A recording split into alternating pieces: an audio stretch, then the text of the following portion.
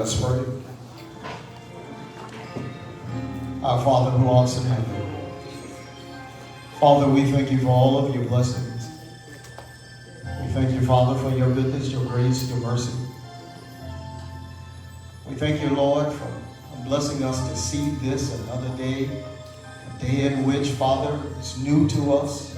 Oh, yes, Jesus. We thank you, Lord, because as we look back over our lives, Father, we see, Father God, through good times and bad times, you're always there. Yes, Lord. Oh, yes. You are a prayer answering God. Yes, you are a delivering God, yes, Father.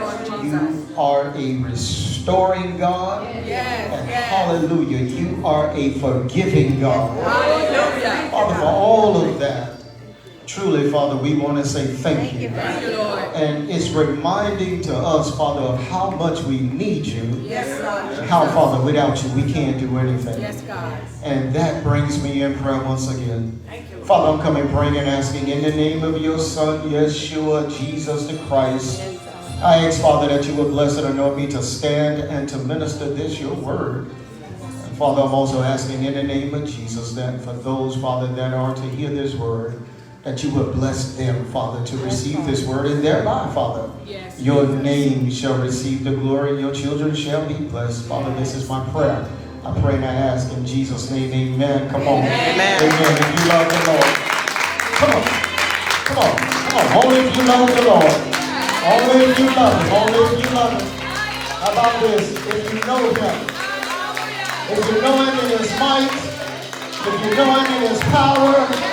Come on. If he's been good to you. Come on. Only if he's been good to you. Should you celebrate now? Clap your hands. Give him glory. Open your mouths. Shout to the Lord. Tell God thank you. Tell God thank you. Come on. You feel better.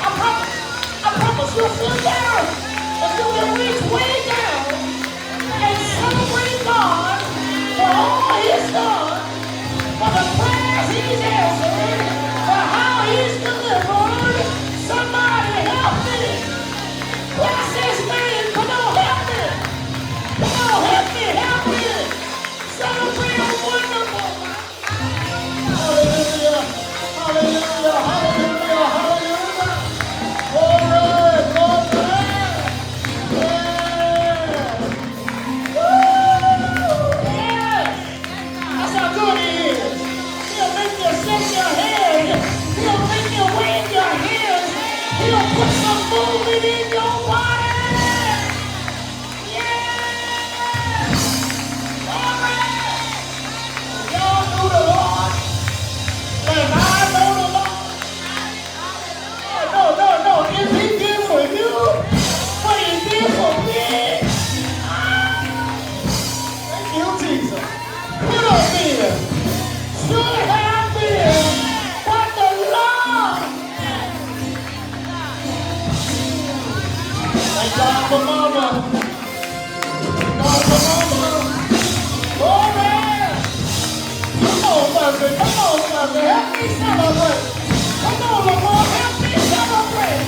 He's a mighty God. And he deserves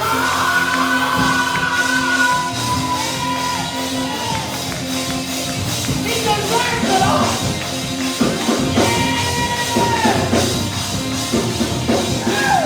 Thank you, Jesus. Thank you, Father. Oh, yeah.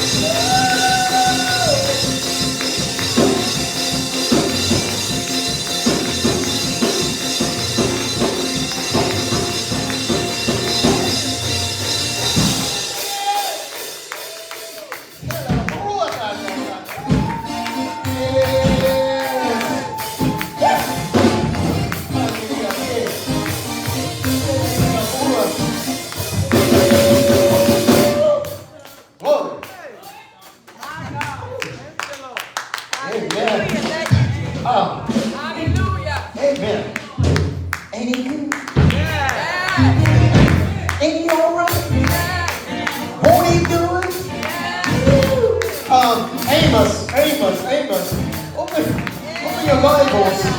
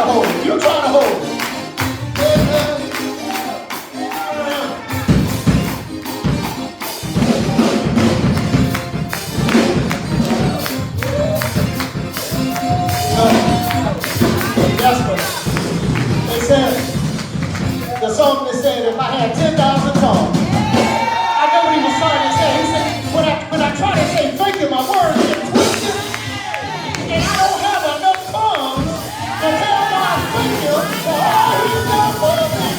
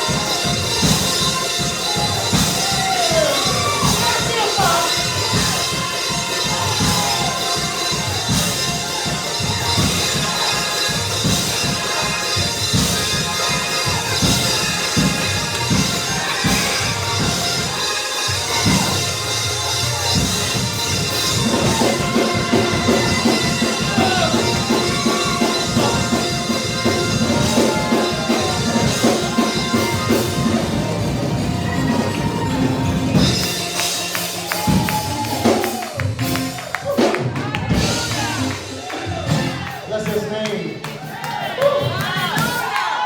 Glory, hallelujah. Thank you, Father. Thank you, Lord. Amen, amen. Whoa.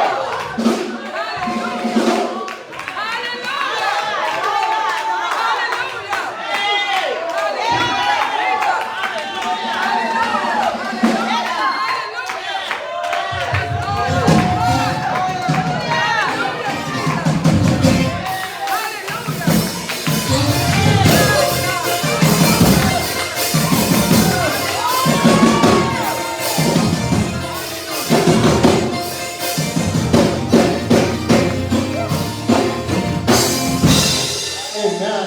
Bless your name.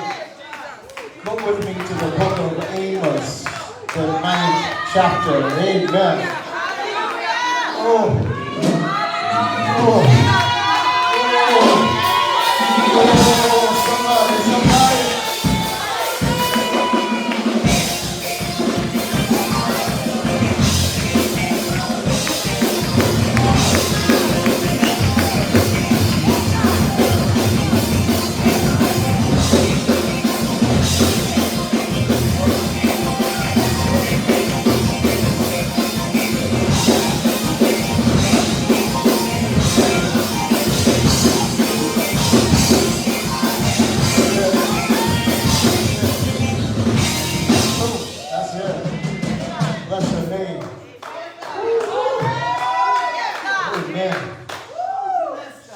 Bless you, Father. We give God all the glory, praise.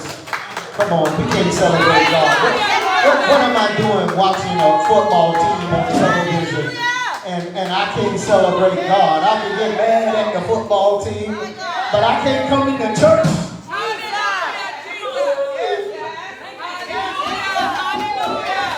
I don't pray to the Dolphins. Amen. Heat never delivered me. But I know the one. The Falcons never did anything for me, but I know the one. I know the one. Never lost a battle. Undefeated. That's who I celebrate. Dale, if you could give me just give me a little volume. The highs are right. Just give me Dale. If you could just give me a little volume. A little volume. Thank the Lord.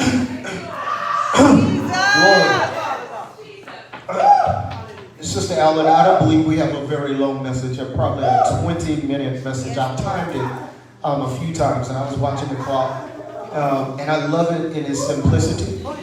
And so I think by the grace of God, we want to keep it as simple and as potent as possible. You know, sometimes you can overdo it and it'll lose some of the oomph in the message because you preached it too long or too hard. So by the grace of God, thank you, Dan. That sounds great. See, I just want to talk. That's why I wanted to take the volume up a little bit. Thank you. And so we don't have our monitors today, but Facebook audience, if you want to go ahead and open your Bibles, phones, tablets, iPads, whatever you prefer, I want you to go to the book of Amos. The 9th chapter of the book of Amos is the last chapter. And Amos is considered a minor prophet. So you don't often hear sermons preached from the minor prophets. But if you could venture there is a word from the Lord given by way of the Holy Spirit. And only 2 verses. Yes, hallelujah. Amen. 2 verses and 2 points that we want to derive from the message. Amen. Girls, y'all did a wonderful job this afternoon. Felt it. That's how you celebrate God. Express Him in the praise dance. Beautiful job, girls. Y'all look good and y'all did good. Amen. Amen. Bless you. So the scripture is the 9th chapter. And we want to read just 2 verses 11 and 12. So we don't have the monitors. But, you know, when I was led here by the Spirit, I immediately understood the message. And sometimes it just falls that way. Sister Allen, you know, we can stay 2 or 3 days trying to get the gist of the message. And sometimes it comes, Monica, in a matter of minutes. And as the Spirit led me to the passage, I knew the sermon. I spent my extra time trying to put the fluff around it. And it was almost, but the points was there so good. And I said, well, you don't want to mess this up. Let's keep it simple. Let's give what God has given while we'll give a nice introduction. Then we'll proceed from there. And I want to give a little Bible history. But again, Sister Allen, 25-minute message. The Bible says in the book of Amos, chapter 9, verse 11. The Bible says, in that day. Notice the prophet is speaking. So this is how often they will proceed into a message or a text because they were speaking in future tense.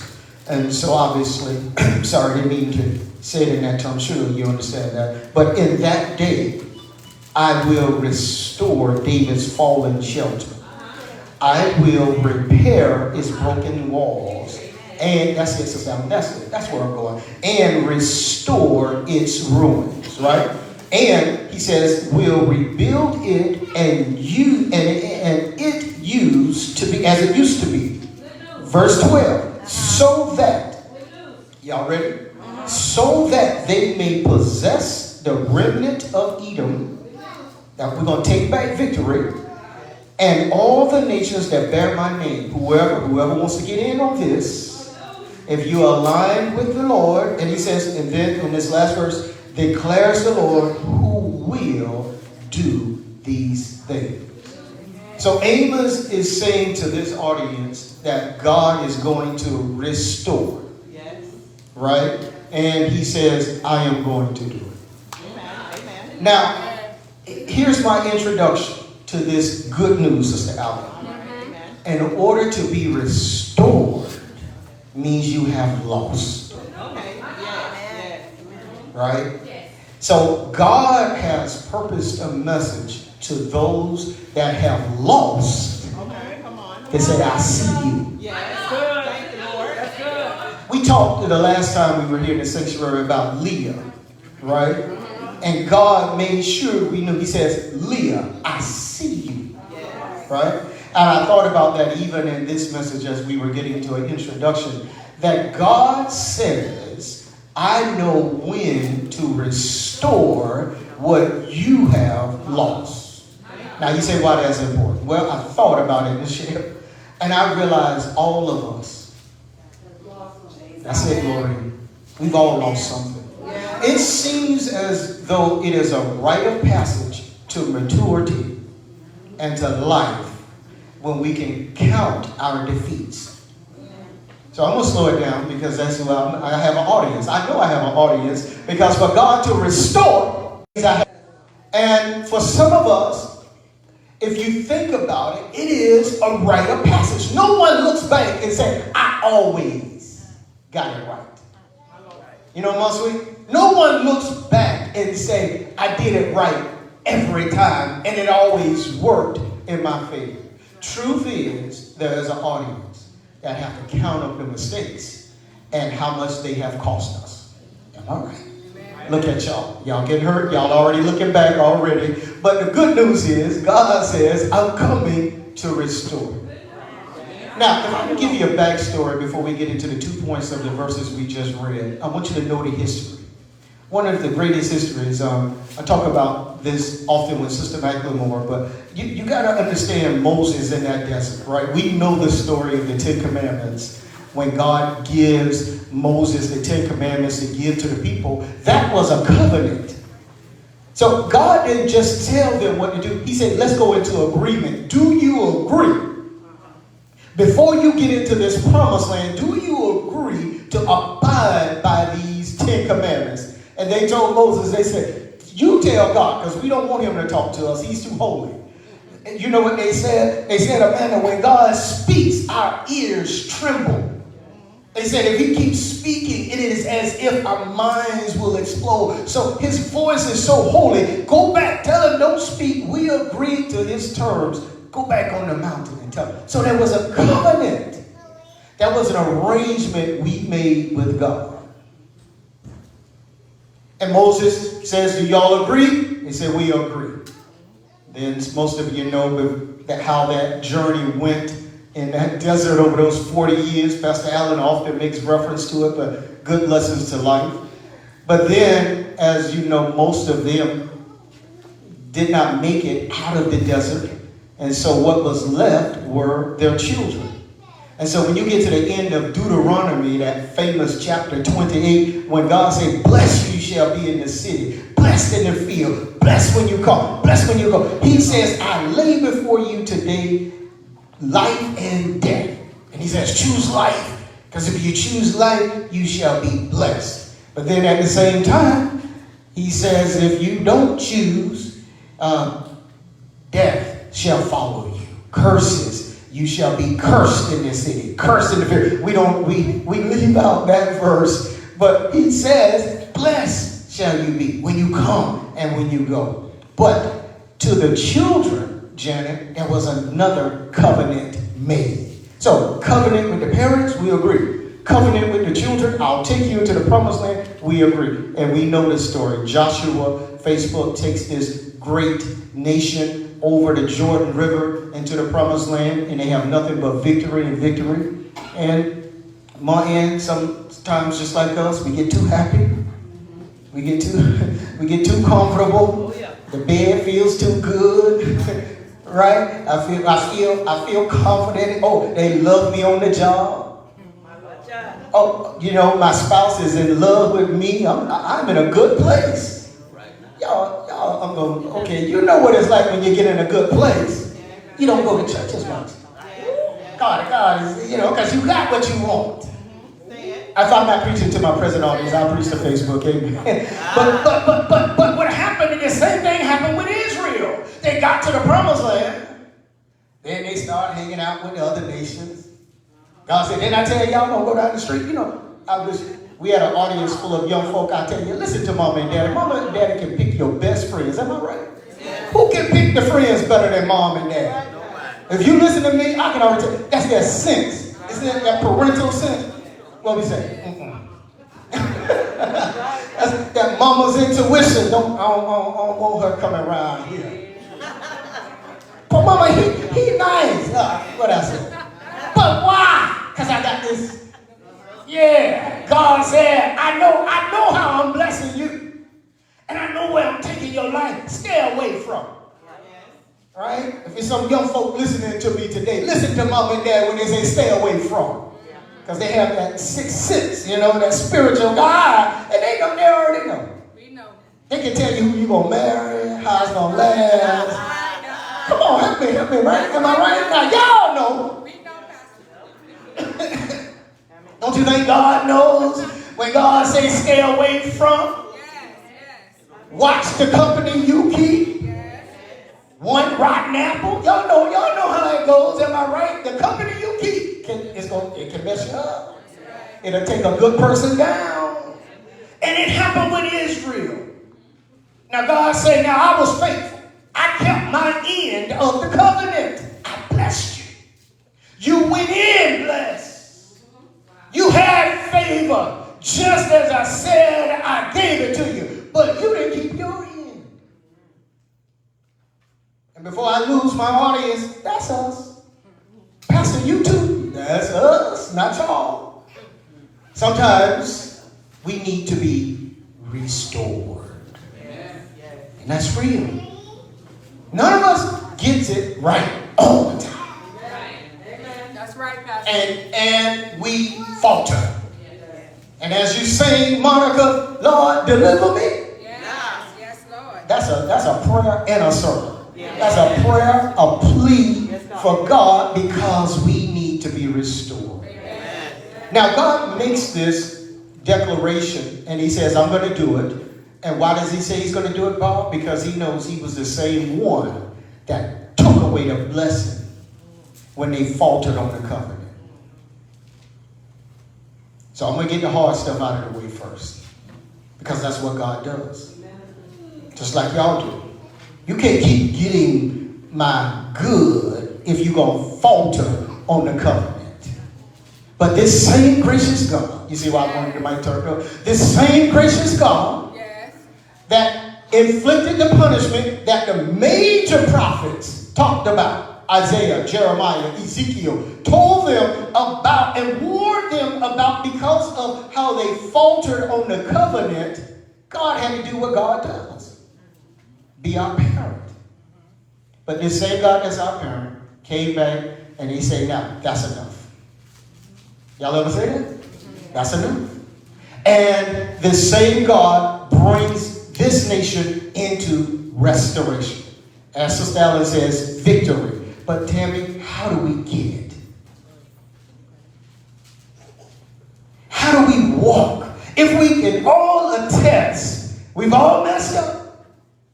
We've all seen a loss. We've all had it where I didn't get it right and God responded as God does. Especially when he was the one that set me high. He was the one that gave me the favor. And so when I falter, I shouldn't have expected nothing less. But if the God can bless me when I do right, he's the same one that can discipline me when I don't do right. Help me say amen. Don't get mad. Don't get mad. That's just real. And if God, if I can celebrate him in his holiness that way, the one thing that I know now, Kenya, is that my same God will give me another chance. Amen. Y'all hear me? The same God that acted as he should, and rightfully so, is the same God that gives us another chance. And thank God for it, because if he don't give other chances, Glenn, I ain't here. Can I say it right? I'm not here, but in the cultural system, I ain't here. Hey, listen, if God doesn't give another chance, guess what? You're not here. we're worse. Our God has a big heart. He said, I can love so well, I can forget what you did. And he said, you know, the blessing is not that I forgot. I know what you did, but I'll bless your life. You never did it. That's good. It's not a good blessing. He said, I can restore you back so well. And that's what I love about God. Hear what I'm saying. I can restore you so good, it will be as if you never did it in the first place. Work with me. What a God. But we need restoration. Yes, yes. And for God to say that what is left out is a 200 history of what transpired between the major prophets and the minor prophets. And that's what I want to talk about. So Sister Helen, in these last 10 minutes, I know the message was about restoration. And at the same time, I was able to go within myself. You know, sometimes, Jay, I'll hide behind the text. But I knew immediately, Fonzie, when I read the scripture, it was a testimony. It was an empathetic experience of how I was restored that I want to share with y'all. As in simple terms. It starts with this. I know we don't have the monitors up, but I want to give you this in point one. This is how we get into, and listen, Rashonda, I don't know how else to say it, but I know it's right, an expedited restoration. Okay. Matter of fact, let's go with that title. I had sooner to be over. That's what I wrote down. But no, I like the other one better. An expedited restoration. That's good. And that's what I'm saying, Sister. Because, see, you can expedite your restoration if you follow these steps. Failure to follow these steps may delay your restoration. We know he restores. We know he restores. So, you know, Pastor Allen, the word said, we know he restores. But what you can partner with God on is expedite his restoration. And you think to yourself, if you know you did it, and you know mama know you did it, how? And you already know you're in trouble. Let's keep it real, right? How can you expedite your restoration? Is that right? And while we do that, we're going to go with that there as a title, Expedited Restoration. Number one, I want you to write down two words. I'm going to explain them. You can write them down, take them in your heart, go back and listen to the video. Penance, and repentance. That's why I said turn the mic up, because I know I had to walk myself through the message. Penance, how's it sound? And repentance. As you walk through, this is part one.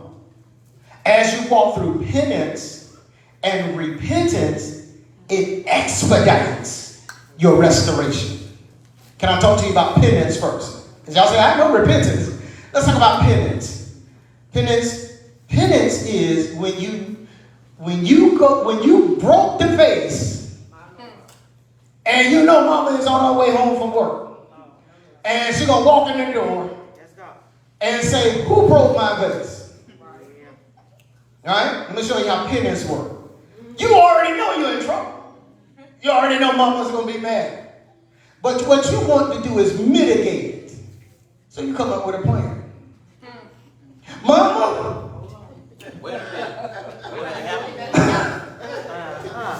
so I was gonna go inside, right? Mama, I know I broke it, but this is what I'm gonna do.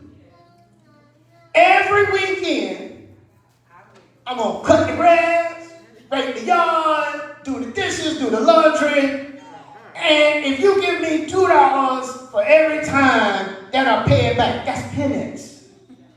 That's me owning it and paying back. You want to get out of it, don't you? If you want to expedite your... Listen, I know I'm teaching. That's why I said, let me slow down and turn on the mic. That's why, listen, if you... God said, what do we say when we take communion? If you judge yourself, you won't come under judgment. That's penance. Some of you, listen to me, Facebook. Some of you know you just did something wrong. Pay an extra offering. Huh? That's my shoe money. Yeah. That's penance. Because you self-inflict because you know you were wrong. And you want to mitigate and or expedite your restoration on what you've done. Now here's the alternative when Steve was young. Do like Adam did, Jay. When God was walking in the garden. And he said, Adam, where are you hiding? As if we can hide from God.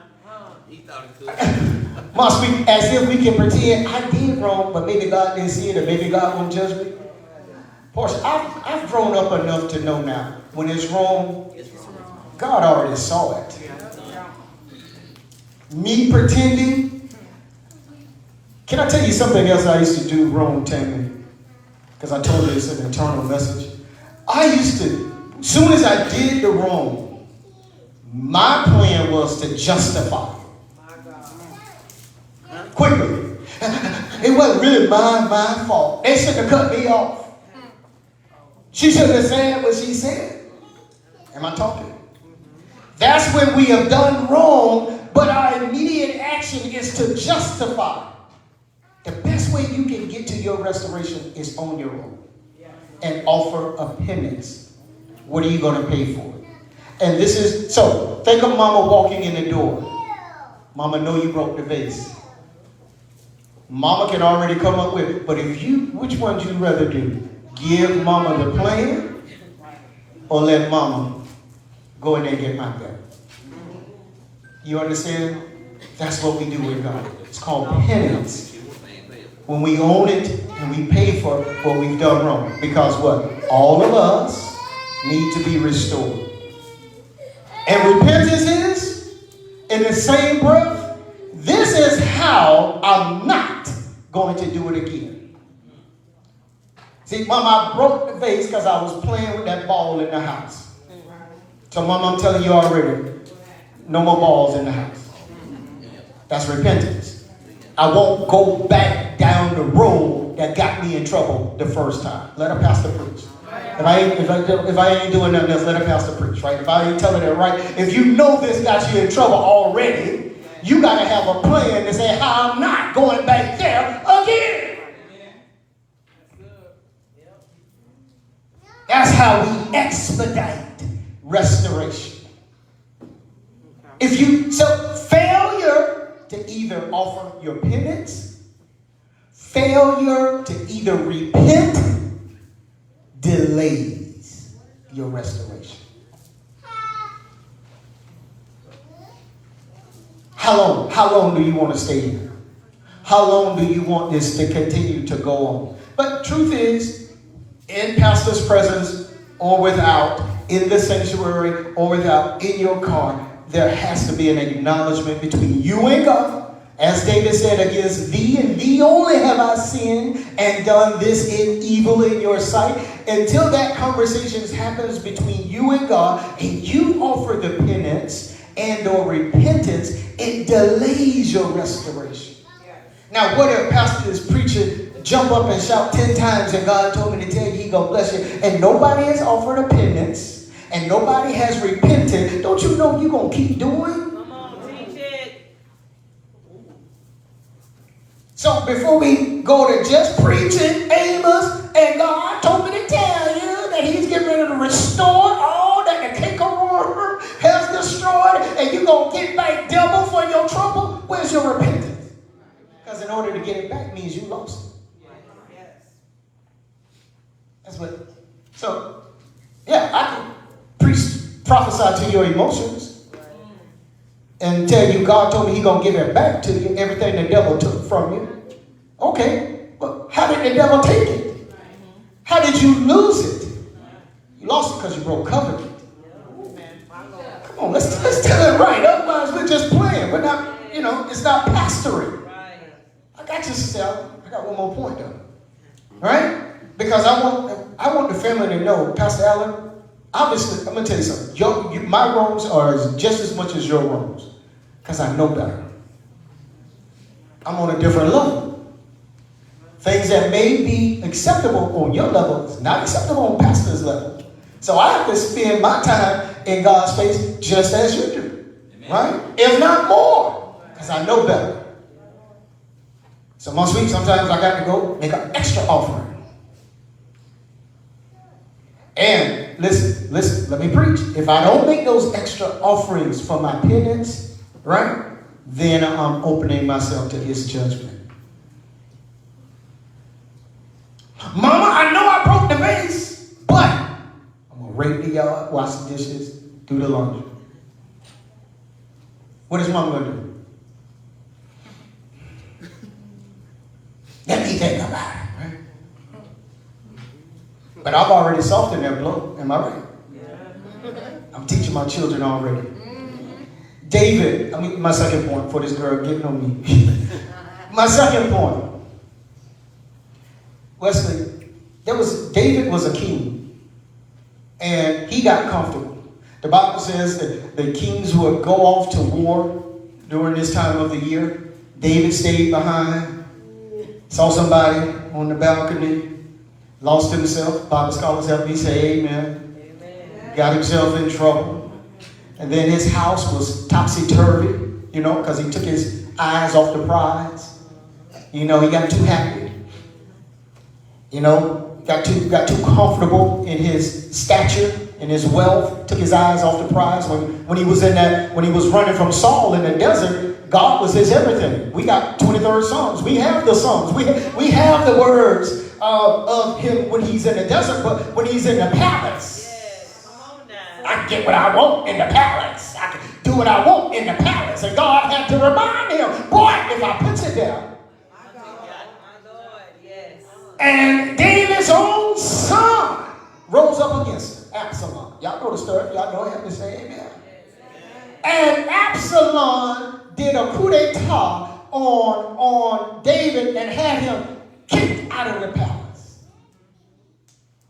David, who thought he was impervious to the hand of God, found himself leaving, kicked out of his own home.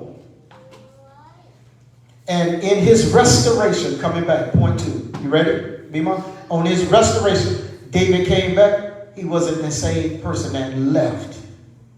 He came back riding on his donkey and reciting words of wisdom. Because if you haven't learned anything, like for example, give me some example. Who are your friends? What to do with your monies? How to make this marriage work? If we're not learning anything, how can we be restored? If we just say foolish, put the adjective there. I'm going to be nice and just leave it at foolish. But we got to learn something. How many years? How many years? I don't want to mess it up. Tell me, how many years? Yeah, how many years I've been taking care of you? How many years you been taking all my money? How many years? Too far? Too far? How many years I've been loving you? 30 years. On paper, 30 years. That don't count the courtship. 29 on paper. 31. Wooing. Spoiling. You ought to learn something. Arguing. Get out of my face.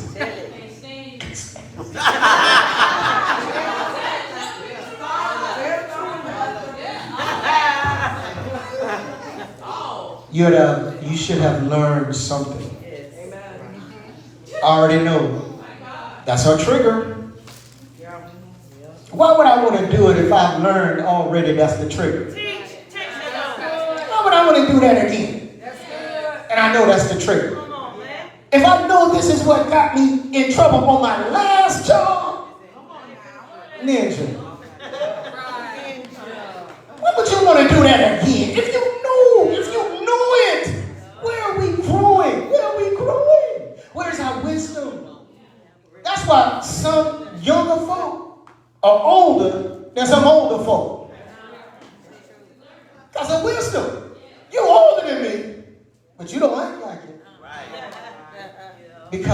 I'm carrying wisdom. Right. I'm learning from my past. I'm not the same person. Why would I want to be if I know the same person got me in trouble? Where is my applied wisdom? You want God to expedite your restoration? Tell him what you have learned. Tell him what you have learned. Lord, I learned this about me. I know this is not good for me, and I know this is whatever they're doing, they're not good for me. That thing is not good for me. They're not good for me. I've learned me. I'm a better person. I'm better. I got it now, Lord. So, family, church, I have learned how to expedite my restoration. I get in trouble, and I need to be restored. I have penance, repentance, and I have applied wisdom. You know why? Because I had to sit there and think about it. Watching others be blessed. Everybody, they couples going out to dinner happy. Preaching real. They buying new stuff. What have I learned? What have you been doing with your money? We can't be careless with money. Listen to me, Facebook, ATL, Carolina, wherever you are. You cannot be careless with money. That's not being faithful over little. If I'm going to preach the scripture and then beg God to give you more money. And you haven't learned wisdom of what to do with little money. Jesus' words, how can you be faithful over the lot if you can't be faithful over the little? That means you got to learn to cut back. Little girl. Little boy. Well, y'all got to help me. What time is the flight? Amen. See, I got to buy some. I got to do my penis ball. I'm going to buy roses candy. Ice cream. I bought you ice cream. I bought you. I bought a rock of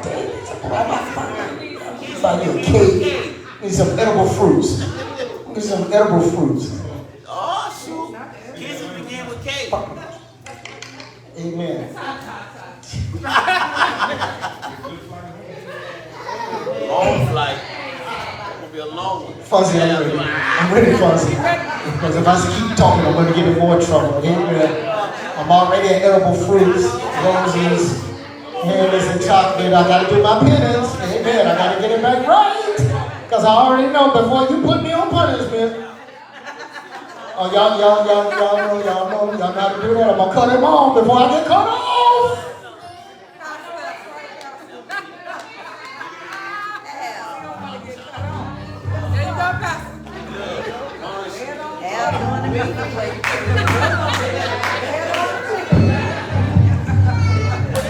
Some R&B. Hey, Fonzie, hold that hand on the plane.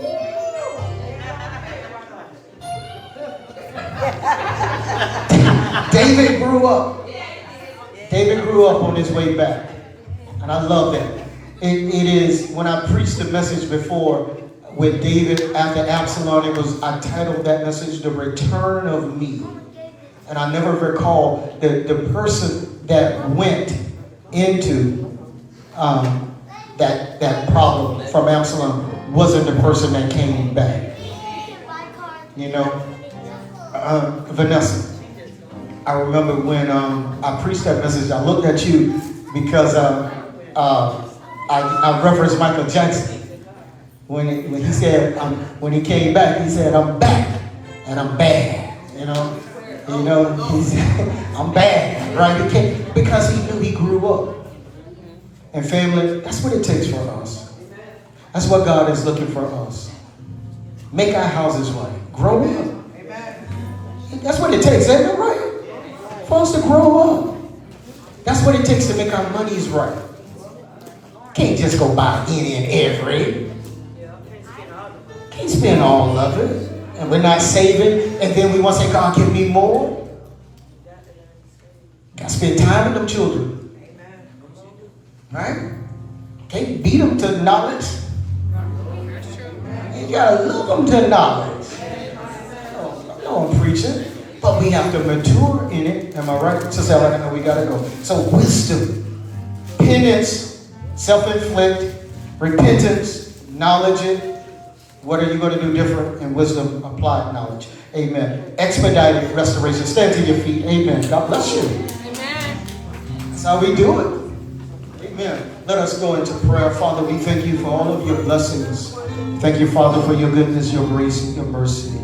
Father, for this word that was ministered, we ask, Father, in the name of your Son, Yeshua, Jesus the Christ, that, Father, that for those that are to hear this word, that we pray and ask in the name of Jesus that you would bless it to be received and manifested in their lives. And, Father, for those that are seeking salvation, those, Father, that are seeking a church home, should it be here, we ask, Father, in the name of Jesus, that you would impress upon hearts and make it so. In Jesus' name we pray. Amen. Amen. Amen.